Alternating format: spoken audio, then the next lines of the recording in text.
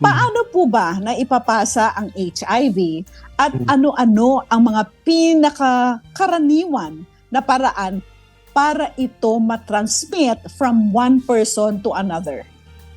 Go ahead po. Apo. So una sa lahat, ang HIV ay isang virus na hindi madaling maipasa kasi para kung maipasa ito, ang mga mekanismo ng pag-transfer ng mikrobyo ay sa pamamagitan ng pakikipagtalik mula sa magulang kapag pinanganak po ang isang sanggol mula sa magulang na may HIV, tusok ng karayom. Hindi na po madalas ngayon, no, yung nakukuha sa salin ng dugo, no? Kasi po naging mas maigting na po ang pag-i-screen natin sa dugo ng mga pasyente na nagdodonate sa HIV. So dahil po dito, kung hindi po natin gagawin ang mga paraang ito or maiiwasan natin ang mga paraang ito, maiiwasan po natin mai-transfer ang mikrobyo na nagkukos ng AIDS po. Okay. Miss Annie, do you remember last time we had a guest na ang pinag-usapan natin ay blood donations, no? That's correct. So, yes. na-explain din niya, no, nung speaker natin last time, na yes, they are now very, very careful when they screen. Malalaman na nila kung may HIV yung tao, hindi na pwedeng maisalin yan. So, bawal na po yan. Okay, thank you very much for that explanation. Yes, Miss Annie, ikaw, anong tanong mo? Tama po kayo doon, Attorney Dot. I could still remember that. Ayan. So, ang binabanggit, hindi madali ang pagsalin. Sabi niya, mula sa magulang, tapos sa turok ng karayom, pero wala na po doon sa pagsasalin kasi mahigpit na po. Now, my question, Doc Ivan, isa-isahin lang po natin itong ilang paniniwala. Sabihin niyo po kung totoo po bang naipapasa ang HIV sa pamamagitan ng paggamit ng iisang kubyertos. Yan. Okay. Para at least mawala natin yung fear ng ilang mga kababayan natin na mayroon siyang kasama sa pamilya na mayroong ganung klaseng sakit. Ano po? Go ahead po, Doc Ivan. Thank you so much.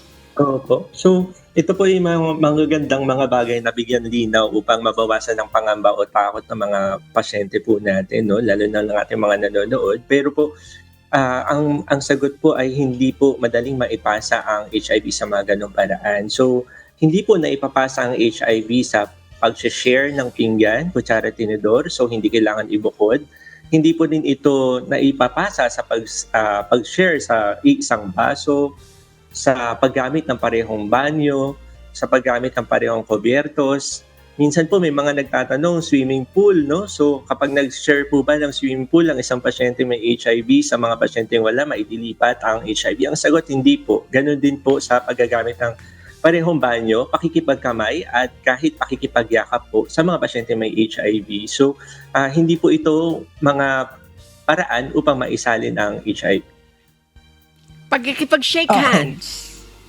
Hindi po, hindi rin po maililipat ang HIV sa pakikipagkamayan po.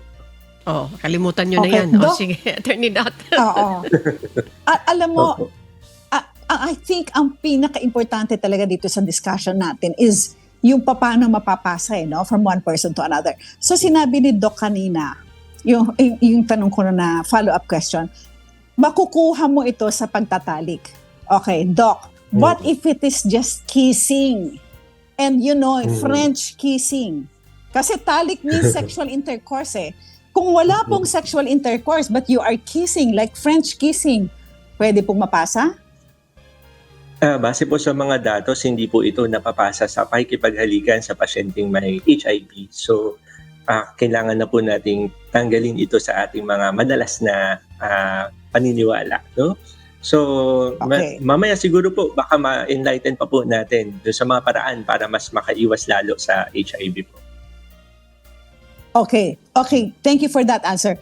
Yung pong sinabi po ninyo kanina na kapag pinanganak from a mother na merong HIV, pwedeng magkaroon ng HIV yung anak. If you were a mother, no, you are a pregnant mother.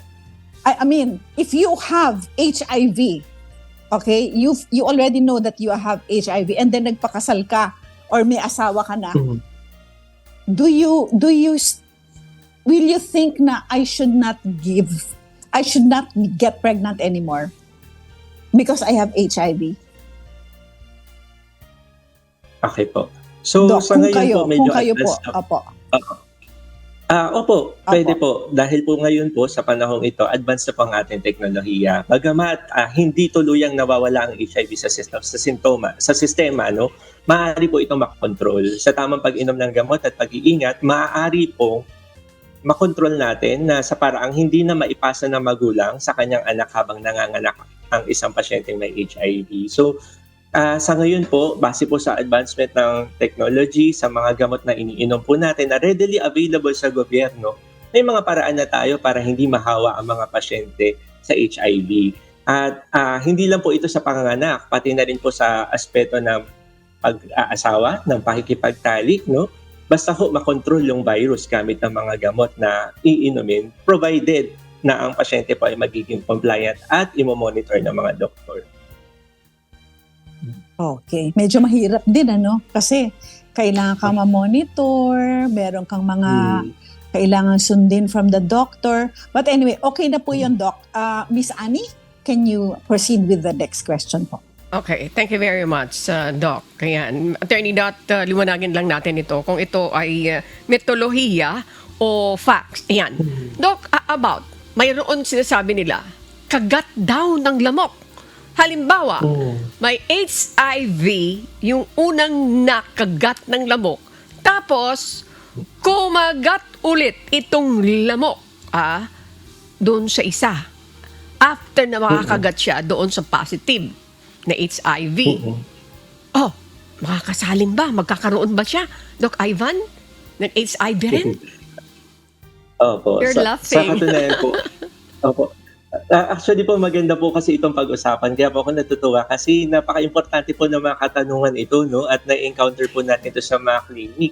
So, ang HIV by itself ay hindi nabubuhay sa loob ng lamok. Kaya po sa aspetong ito, hindi po maaaring mai-transfer mula po sa kagat ng lamok mula sa isang pasyente may HIV papunta sa isang pasyente na walang HIV dahil po sa fact na o sa katotohanan na hindi nagsusurvive po ang HIV sa loob ng lamok. So kung hindi siya magsusurvive po sa loob ng lamok, hindi na ito maililipat.